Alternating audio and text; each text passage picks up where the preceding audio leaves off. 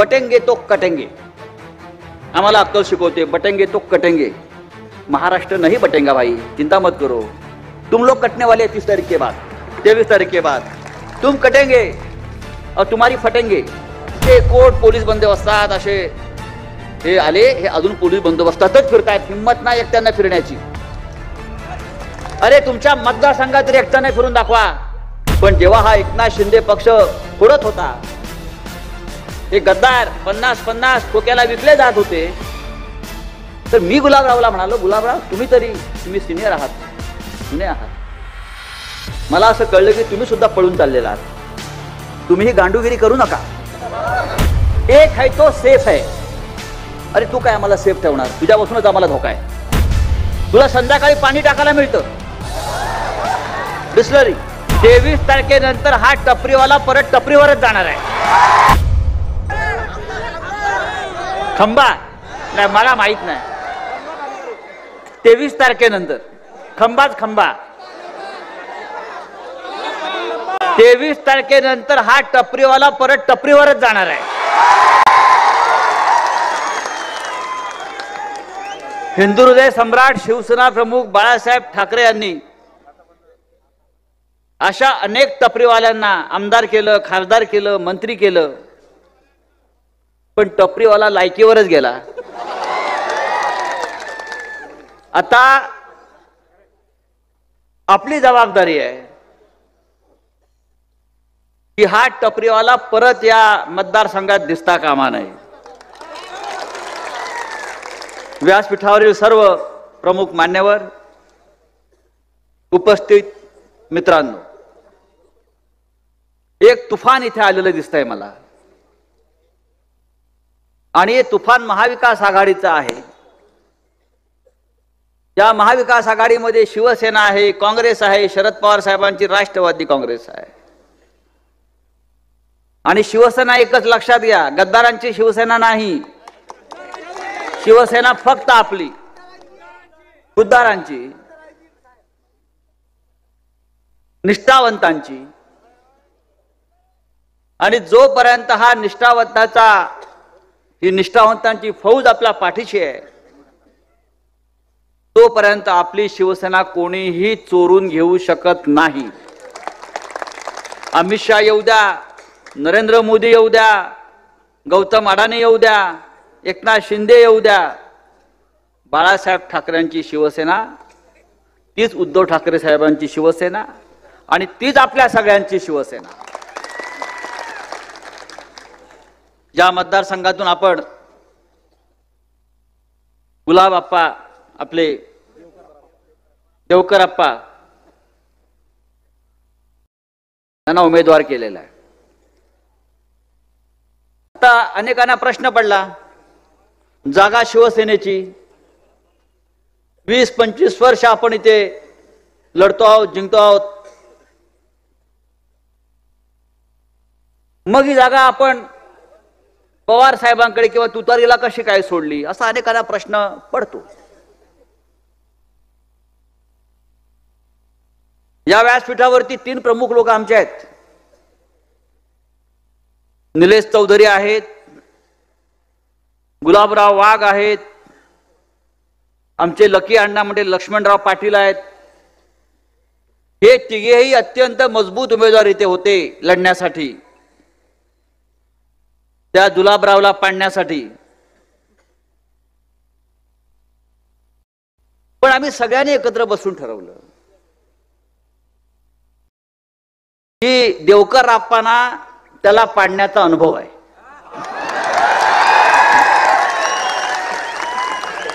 देवकर आप्पा त्याच्याबरोबर एक कुस्ती खेळल्या की त्याला जमीन पाठीला त्याच्या माती लावलेली आहे। आपण हा पैलवान परत मैदानात आणूया,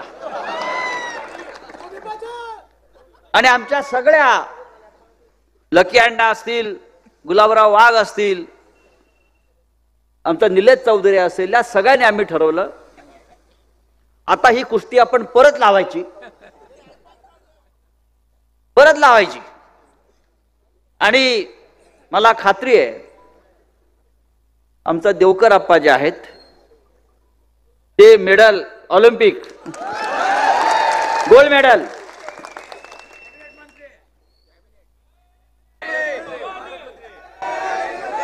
किती हजार मताने निवडून देणार त्याच्यावर ठरवणार.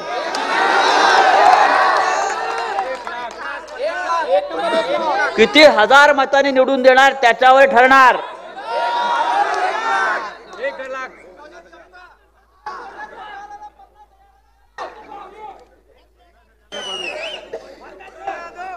हा टपरीवाला विधानसभेत दिसणार नाही, अजिबात नाही. हे काय हा मतदारसंघ काय तू विकत घेतलेला नाहीयेस. ही सगळी बाळासाहेब ठाकरेंची पुण्याई आहे म्हणून तू 20, 22, 25 वर्ष इथे टिकलास. मला आश्चर्य वाटलं की हा पाणी खात्याचा मंत्री आहे आणि गावात 20-20 दिवस पाणी येत नाही. ज्या खात्याचा मी मंत्री आहे, अरे त्या खात्याशी तरी इमान राखून आपल्या गावामध्ये पाणी द्या लोकांना. तुला संध्याकाळी पाणी टाकायला मिळतं, बिस्लरी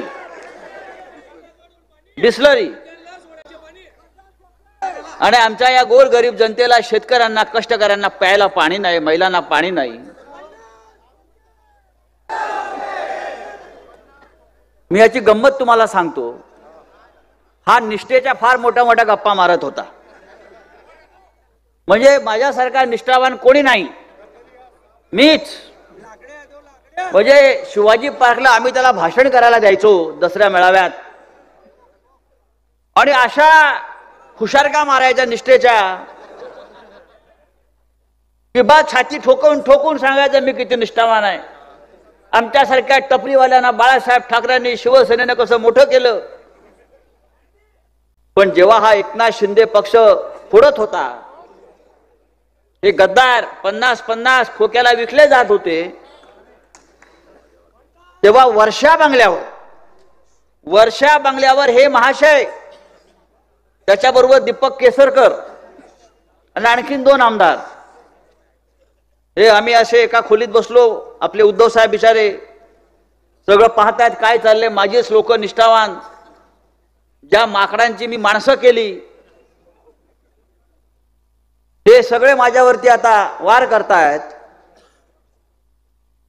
तर मी गुलाबरावला म्हणालो, गुलाबराव तुम्ही सिनियर आहात, जुने आहात. मला असं कळलं की तुम्ही सुद्धा पळून चाललेला आहात. तुम्ही ही गांडूगिरी करू नका. तुम्ही फार मर्दानगीच्या गोष्टी सांगता. तुम्ही आवरा सगळ्यांना. तो हे महाशय म्हणतात उद्धव ठाकरेंसमोर, साहेब मला जावं लागेल. मी लोक का? माझ्या मागे ईडी लागेल. तुला ईडी कशी काय लागेल तुमच्या? तुम्ही काय केलं असं? ते म्हटलं माझ्या बँकेच्या खात्यावर कुठल्या तरी ठेकेदाराकडून 5 कोटी रुपये आलेत म्हणे आणि ती चौकशी लागेल. हे विचार आहे, मी सत्य सांगतोय. माझ्या नाक उद्धव साहेबांच्या पायावर नाक रगडत होता हा माणूस. आणि एका क्षणात 25 वर्ष जे दिलं शिवसेनेनं ते सगळं विसरून हा माणूस सुरतला पळून गेला. सुरतला आम्हाला सुरत तोपर्यंत माहित होती छत्रपती शिवाजी महाराजांनी सुरत लुटली, पण सुरतवाल्यांनी महाराष्ट्र लुटला, शिवसेना लुटली आणि सगळे गद्दार घेऊन सुरतला गेले. सुरतला यांना 50-50 कोटी रुपये दिले. तिथून त्यांना घेऊन गुवाहाटीला गेले. गुवाहाटीवरून परत गोव्याला आले आणि मग कडे कोट पोलीस बंदोबस्तात असे हे आले. हे अजून पोलीस बंदोबस्तातच फिरतायत. हिम्मत नाही एकट्यांना फिरण्याची. अरे तुमच्या मतदारसंघात तरी एकट्याने फिरून दाखवा. मागे पुढे पोलीसच्या गाड्या. कारण बेईमान माणूस, गद्दार माणूस, भ्रष्ट माणूस हा तुमच्या नजरेला नजर देऊन फिरू शकत नाही, बोलू शकत नाही. पहा हे सगळे आमच्याकडे बसलेले लोक आहेत. निष्ठावान, आज रस्त्यावर जाई तिकडे त्या लोक गद्दार गद्दार गद्दार म्हणतात. ही तुझी कमाई आहे. रस्त्यावर तोंड लपवून फिरतो हा माणूस. मुंबईमध्ये सुद्धा उजळ माथ्याने फिरू शकत नाही हा माणूस. शिवसेनेमध्ये होता तेव्हा कसा छातीत पुढे काढून चालायचा. कसला लढवय्या हा बकवास माणूस, लोफर लफंगा.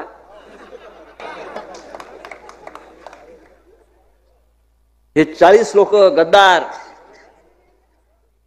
आपण जे सांगितलं मगाशी गुलाबराव की आणि उद्धव ठाकरे साहेब आजारी असताना, हा आपला नेता आजारी आहे, त्याच्यावरती अत्यंत गंभीर स्वरूपाची शस्त्रक्रिया झालेली आहे, त्याचे हात हलत नव्हते, त्यांना चालता येत नव्हतं, त्यांना बोलायला त्रास होत होता, ते आयसीयू मध्ये होते आणि त्याचा गैरफायदा घेऊन या गद्दारांनी एकत्र येऊन उद्धव ठाकरेंचं सरकार पाडलं. इतका क्रूर आणि निर्घृण माणूस हा तुमचा पालकमंत्री.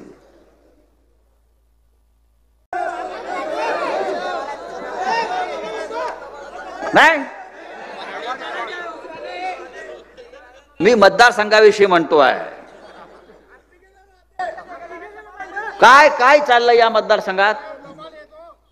नाही खरं आहे, इतके वर्ष हा मंत्री आहे, पालकमंत्री आहे, खरोखर एक तरी उद्योग आणायला पाहिजे होता ना.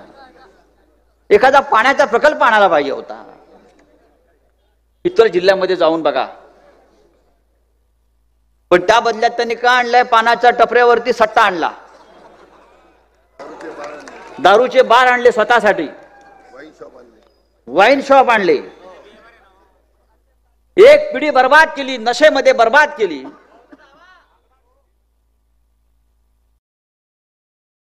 रेतीवाला, आता रेतीवाला पाहिजे की शेतीवाला पाहिजे, तुम्ही विचार केला पाहिजे. हा वाळू चोर, रेती चोर, कशा करता आपण यांना मतदान करायचं? हा महाराष्ट्र लुटला जातोय या चोरांमुळे.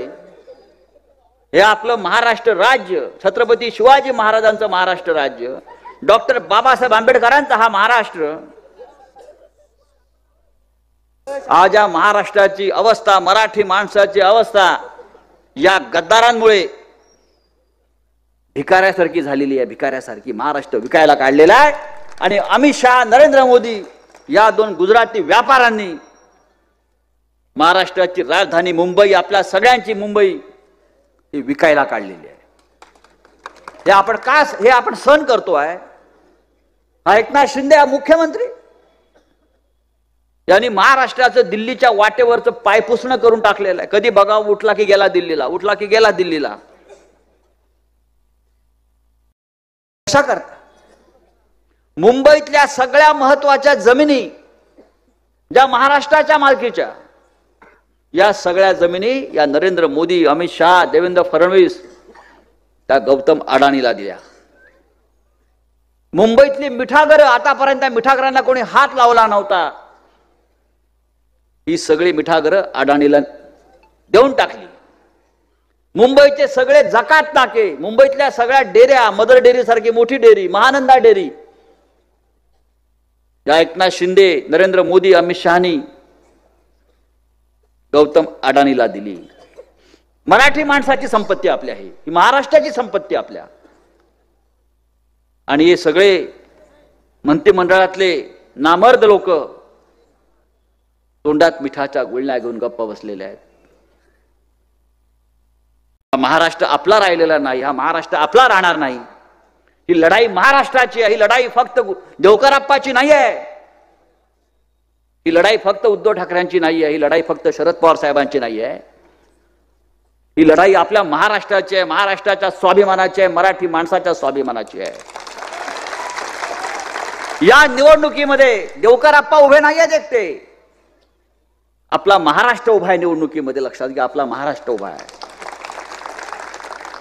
आणि म्हणून हा महाराष्ट्र वाचवायचा असेल आपल्याला, तर या गद्दारांच्या पार्श्वभागावर लाथा मारत असताना हा महाराष्ट्र आपल्याला पुन्हा एकदा एक संघ ठेवायचा असेल तर या राज्यामध्ये आपलं राज्य परत आणावं लागेल आणि या गुजराती व्यापाऱ्यांचं राज्य घालवावं लागेल.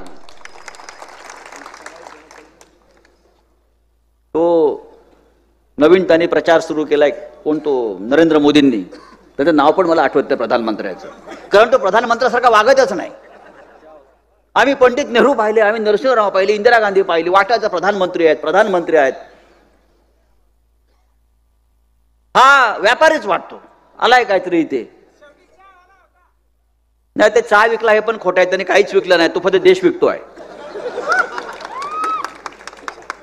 त्यांनी एक नवीन सुरू केलाय जाहिरात, विकासावर नाही बोलत, एक है तो सेफ है.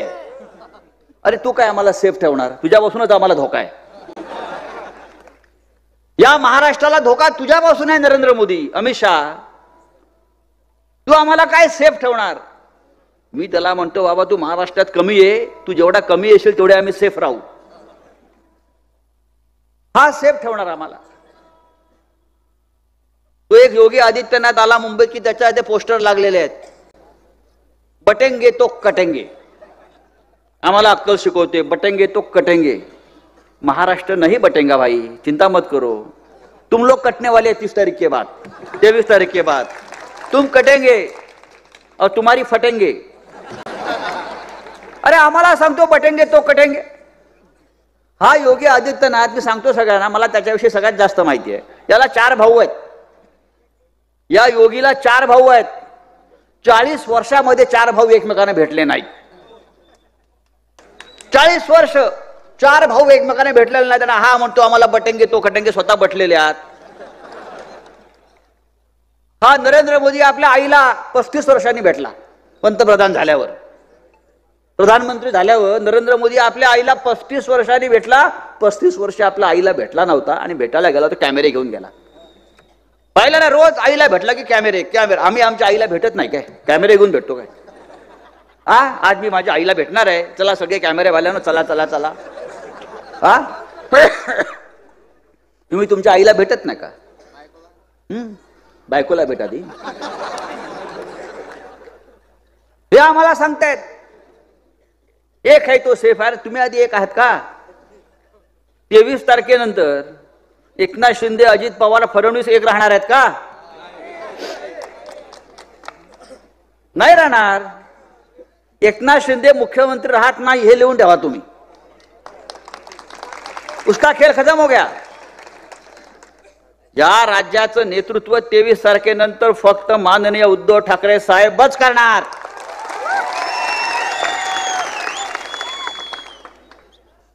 एकच चेहरा आहे महाराष्ट्रामध्ये आश्वासक, आपला कुटुंब प्रमुख उद्धव ठाकरे. भाजप व राष्ट्रवादीमध्ये युती संदर्भात झालेल्या चर्चेला उद्योगपती गौतम अदानी उपस्थित होते, असा गौप्यस्फोट अजित पवार यांनी केला होता. यावरून शिवसेना खासदार संजय राऊत यांनी विकास आघाडीचं सरकार पाडण्यामागे गौतम अदानींचा हात असल्याची कबुलीची अजित पवार यांनी दिली असं म्हटलं आहे. बुधवारी सकाळी माध्यमांशी बोलत असताना संजय राऊत म्हणाले की महाविकास आघाडीचे सरकार पाडण्यासंदर्भात दिल्लीत झालेल्या बैठकीत गौतम अदानी हजर होते. गौतम अदानी, अमित शहा, देवेंद्र फडणवीस यांच्या बैठकीत सरकार पाडण्याचा कट शिजला.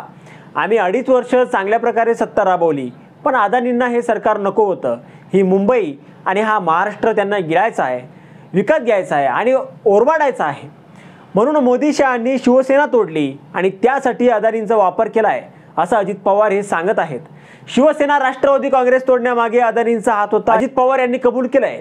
मुंबई महाराष्ट्र उद्योगपतींना विकण्याचा डाव मोदी, शहा, फडणवीस यांनी खेळला आणि तो यशस्वी सुद्धा झाला. म्हणून आमची लढाई गौतम अदानी आणि त्यांच्या व्यापारी वृत्तीविरुद्ध आहे. मोदी, शहा, शिंदे, फडणवीस आणि अदानी एकच आहेत. राज्याची सूत्र अदानीला हातात हवी म्हणूनच उद्धव ठाकरे सरकार पाडलं गेलं, असा आरोपही संजय राऊत यांनी केला आहे. शिवसेना पक्षप्रमुख उद्धव ठाकरे यांच्या बॅग तपासणीवर टिप्पणी करणाऱ्या राज ठाकरे यांचाही संजय राऊत यांनी समाचार घेतला. भाजप, फडणवीस यांनी तुम्हाला पैसे दिलेले असून सुपाऱ्या घेतात, त्यांच्याकडे पैसे असतात, आमच्याकडे कुठून असणार. आमचं सरकार अदानीने पाडलं. अजित पवार यांनीच ही कबुली दिली आहे. याचा अर्थ आमची कोणत्याही उद्योगपतीशी हातमिळवणी नाही. मुंबई विकली जाऊ नये, अदानींच्या हातात जाऊ नये म्हणून आम्ही लढलो आणि आमचं सरकार पाडलं. अदानीशी हातमिळवणी केली असती तर आमच्या बॅगा हेलिकॉप्टरमध्येही पैसे असते, असा टोला संजय राऊत यांनी ठाकरे यांना लगावला. संजय राऊत यांनी यावेळी गुलाबराव पाटलांना देखील तुफान धुतलं. आता यावर तुम्हाला काय वाटतं? तुमचं मत कमेंट बॉक्समध्ये लिहायला अजिबात विसरू नका. व्हिडिओ आवडला असेल तर जास्तीत जास्त शेअर करा आणि आतापर्यंत मराठी जनता आपण आपल्या या चॅनलला सबस्क्राईब जर केलेलं नसेल तर चॅनलला सबस्क्राईब करा.